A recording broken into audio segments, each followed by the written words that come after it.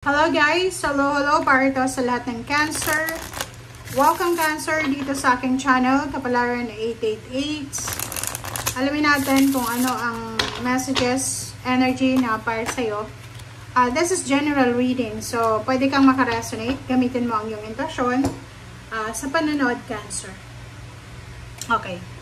First two cards natin is number 29, 11, number 24, 6. Be your best self always, and contemplation. Diba? Yung energy mo, Cancer, similar siya or pareho siya sa Scorpio. Masyado kang occupied, masyado kang busy para sa pangangailangan ng mga tao sa paligid mo. Pwedeng breadwinner ka or pwedeng padre de pamilya na lahat na lang iniasa sa'yo. Pwedeng yung asawa mo, buhay prinsesa, buhay rena, parang ganon. And dito sa baraha mo, maraming beses mong pinag-isipan to. Maraming beses kang nagko-contemplate. Ang dami mong gustong i-manifest. Ang dami mong marami kang pangarap sa buhay. Okay? So, yung contemplation na to na 11, sinasabi na, yung pangarap mo na to sa buhay ay, kumbaga, mula pa to pagkabata mo. So, parang meron kang inner child trauma, or inner child parang karma na kailangan mong i-heal. So, dala-dala mo siya pagtanda mo, 'di ba? Yung parang pinagkaitan ka ng pagkakataon para makapag-aral nung ikaw ay bata pa. So, nung nag-asawa ka, talagang igagapang mo talaga yung pamilya mo. But may but tayo dito. But ang problema dito, okay, given gusto mong ibigay sa pamilya mo yung gusto mong ibigay na hindi mo nakuha nung bata ka pa. Ang problema dyan, ikaw yung namomroblema. Or unang-una, ikaw yung imbalance. Bakit? Pwedeng wala ka ng oras para magpahinga, kumain, mag-enjoy. Kasi trabaho ka lang ng trabaho eh. Parang tawag dito, yung machina.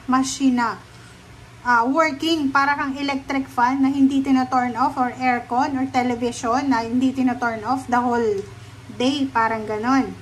So dito sinasabi na sa linggong ito, be your best self always. So unahin mo muna yung sarili mo, balansehan mo ang sarili mo kung alam mo na imbalance na yan, and wag ka nang mag-isip pa na halimbawa gusto mong bumili man lang ng reward para sa sarili mo, 'di ba? Gusto mong bumili ng reward, hindi mo magawa-gawa, it's because nakokonsensya ka. Kung ikaw naman yung nagtatrabaho, bakit hindi mo pwedeng bigyan ng reward yung sarili mo? Hindi yun pagiging selfish, kasi binigay mo na ang lahat sa kanila. 'Di ba? So, be your best self always. Okay? Hindi ka dapat na hindi mo dapat sinasacrifice yung kaligayahan mo, lalo na yung health mo, just para ibigay sa kung sino man ito na priority mo, yung kaligayahan niya. Tanungin mo yung sarili mo. So, ikaw ba ay priority niya? 'Di ba? So, ingat-ingat tayo. Ingat-ingat tayo. Kasi, sa panahon ngayon, sa generation na ngayon, wala nang utang na loob, wala na. So, mag-iingat ka, Cancer, kasi nakikita natin, kailangan mong pahinga. Kailangan mong magpatingin siguro sa doktor kung ano man ang problema mo. Or yun, pahinga kung pagod na pagod ka.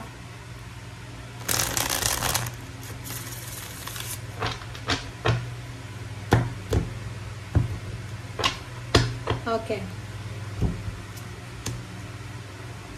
Wheel of Fortune and Five of Water. High Priestess. And Five of Fire. Okay. Cancer.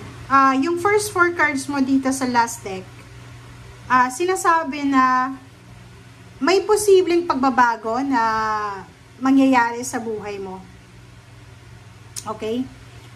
Sinasabi sa'yo dito na may good luck, good fortune, progress, change, alchemy, transformation, completion, achievements or accomplishment na posibleng mangyari sa linggong ito.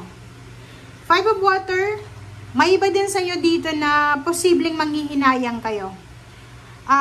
Maybe you will feel disappointed. Disappointed ka sa kapamilya mo or sa ibang tao, or disappointed ka sa actions mo. Next card is number 2, High Priestess. Kinakailangan mo daw na sa linggong ito ay maging mapasensya. Makinig ka sa sinasabi ng iyong intuition para hindi ka magsisi. Okay?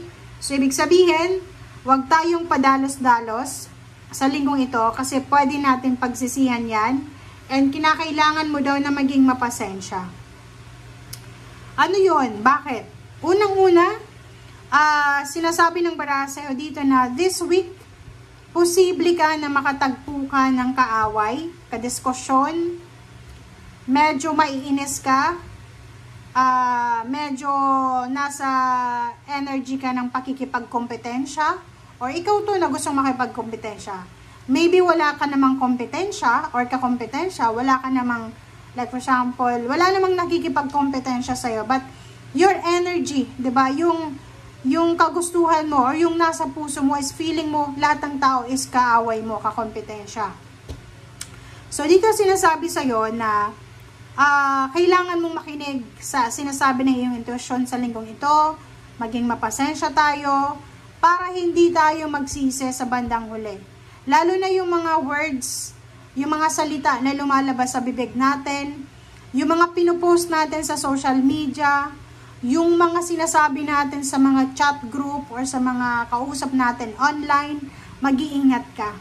Kasi once na inilabas mo na yan, wala na yan sa'yo. It's either makarating yan doon sa taong pinag-uusapan nyo, it's either makasira yan ng relasyon, or it's either may mangyari na pwede mong pagsisihan. Okay? Okay.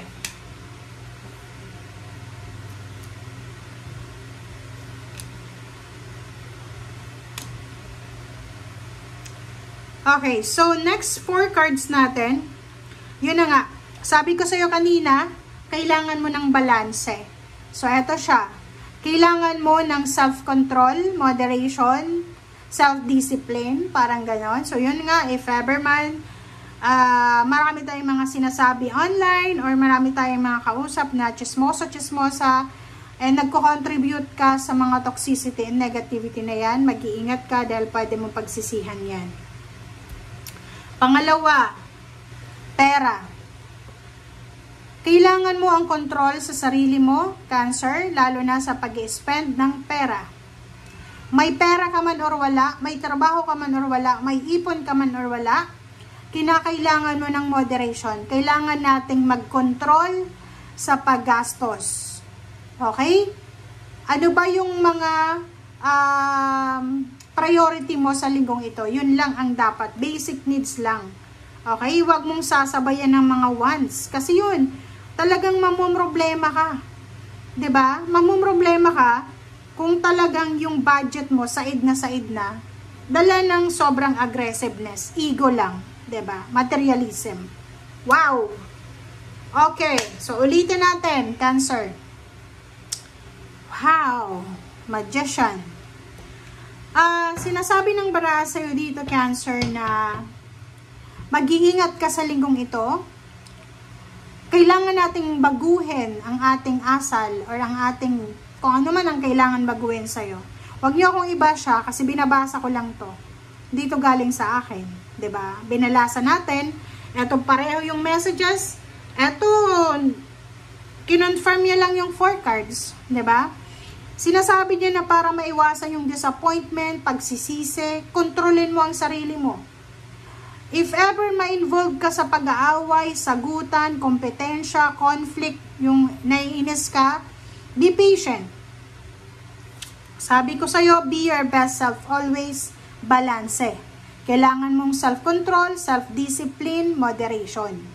Una, pera. Kailangan mong mag-ingat sa paggagastos ng pera. Kailangan mo mag-ingat sa paghawak ng pera. Kailangan mo mag-ingat sa palabas, papasok na pera. Okay, bakit? Pwede kang masaktan pwede kang mamroblema, lalo na kung maubos ang pera mo. Ego. Ano ba ang dahilan kung bakit tayo masyadong nagiging parang galante kahit wala naman tayong pera? Illusion. Materialism. Yun ang kailangan mong baguhin sa linggong ito. Okay? Thank you guys for watching. Bye!